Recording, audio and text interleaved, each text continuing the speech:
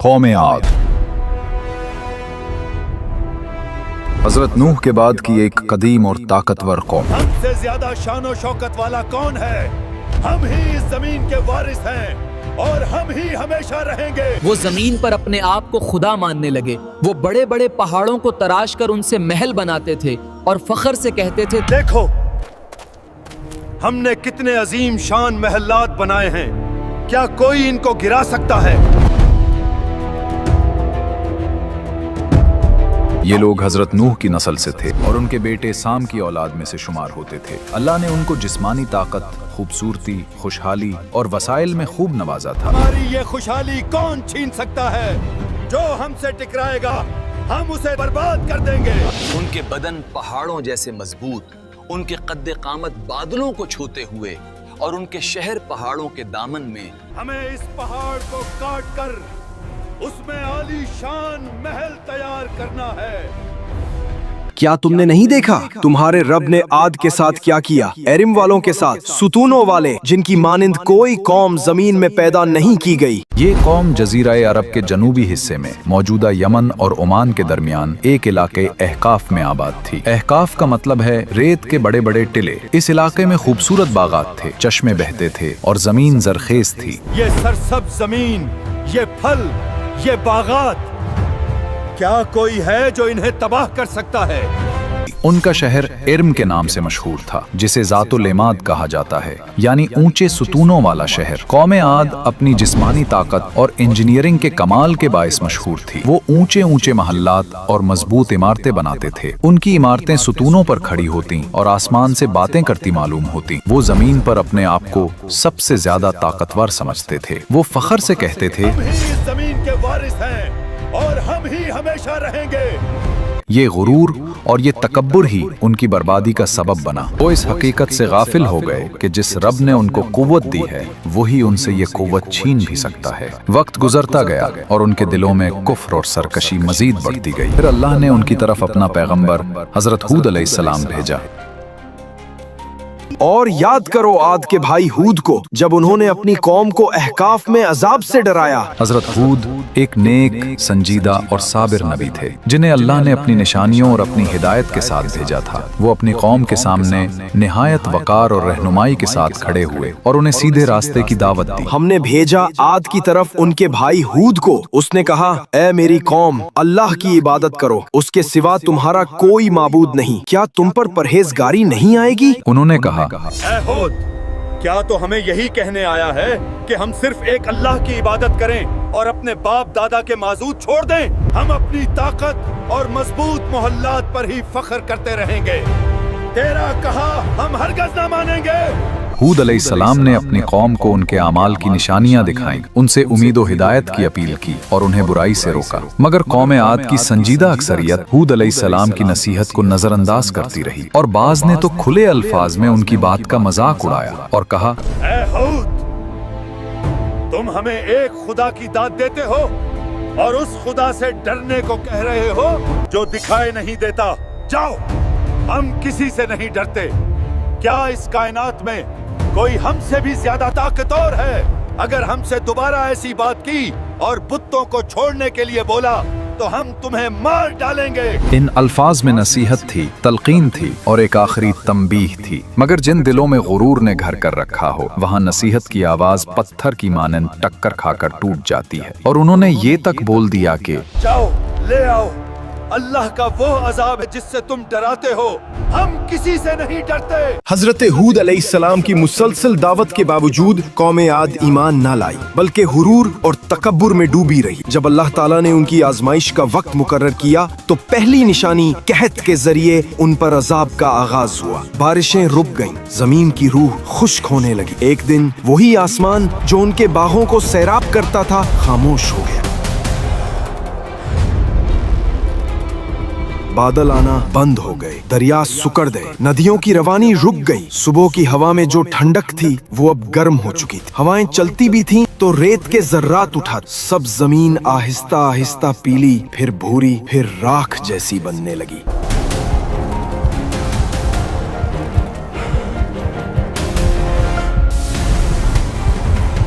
कुरान में इशारा है आद ने जमीन में नाहक तकब्बुर किया और मुफस्सरीन लिखते हैं कि अल्लाह ने उन पर आसमान बंद कर दिया। 3 साल तक बारिश का एक कतरा न गिरा। रिवायात के मुताबिक अल्लाह ने उन पर 3 साल तक बारिश बंद कर दी। उनके खेत जल गए, दरख्तों के पत्ते झड़ने लगे, खिजूरें सूख कर रेत बन गईं और जमीन पर दरिया और नहरें नापैद हो गईं। औरतें बच्चों को लेकर आसमान की तरफ देखती, मगर वहां सिर्फ धूल और धुआं नजर आता। जानवर प्यास से मरने लगे और फसलों के बीज जमीन में जलकर खत्म हो गए।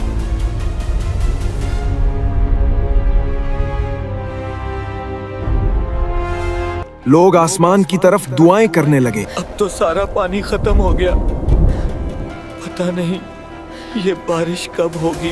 उनके सरदारों ने कहा ये दुआ नहीं, मजाक था। उनके दिलों में तौबा नहीं बल्कि तकब्बुर था। जाओ हौद से कहो, अगर वो सच्चा नबी है तो अपने खुदा से कहे कि बारिश बरसाए।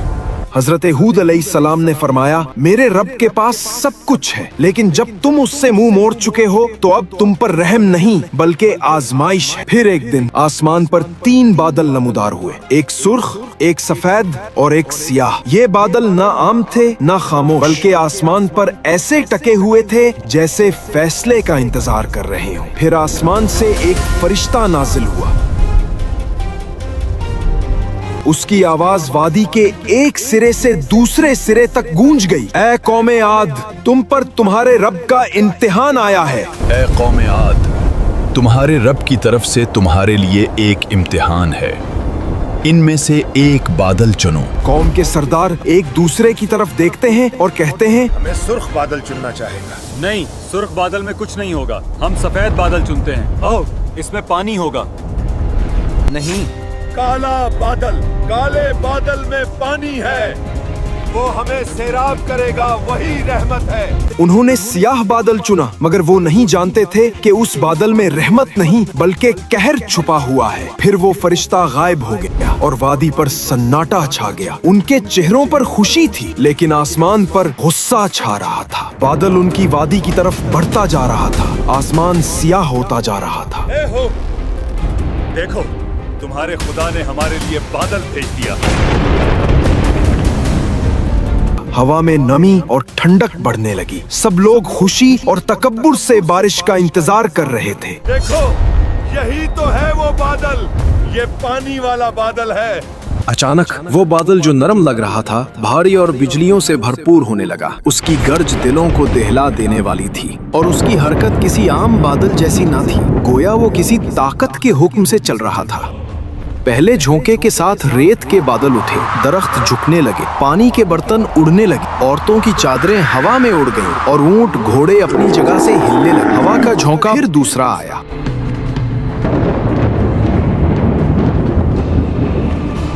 ये कोई आम तूफान न था, ऐसी हवा जिसके साथ पत्थर और रेत के जर्रात गोलियों की तरह चलते थे।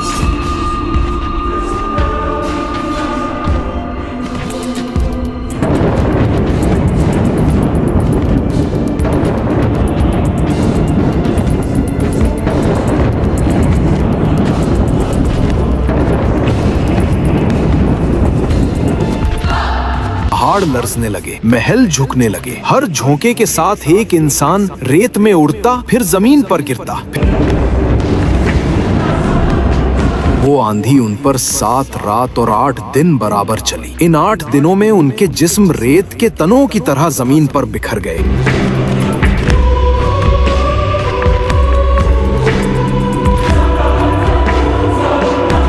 के महल जो पत्थर से तराशे गए थे अपनी बुनियादों से टूटकर जमीन में दब गए।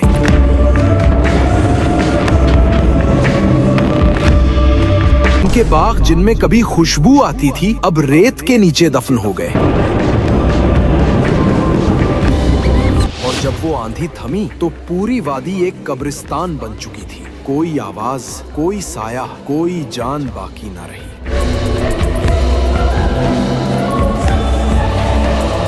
اور आद को हलाक किया गया सख्त गरजदार जबरदस्त आंधी से। वो उन पर 7 रात और 8 दिन तक बराबर चलती रही। बस देखो तुम उन्हें ऐसे पड़े हुए देखते जैसे खजूर के खोखले तने हो। हवा रुक गई, आसमान साफ हो गया, जमीन पर सिर्फ वीरानी थी।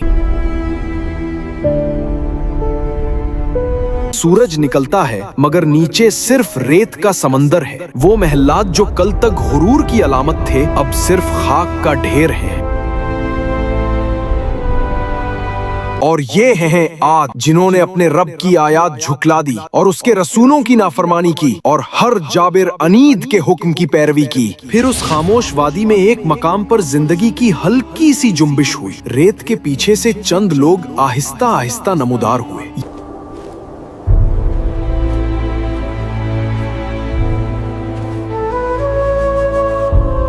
ये वो लोग थे जो हूद अलैहिस्सलाम के साथ ईमान लाए थे, जिन्हें अल्लाह ने एक पहाड़ी गार में पनाह दी थी। कुरान फरमाता है, फिर जब हमारा हुक्म आया हमने हूद और उनके ईमान वाले साथियों को अपनी रहमत से निजात दी।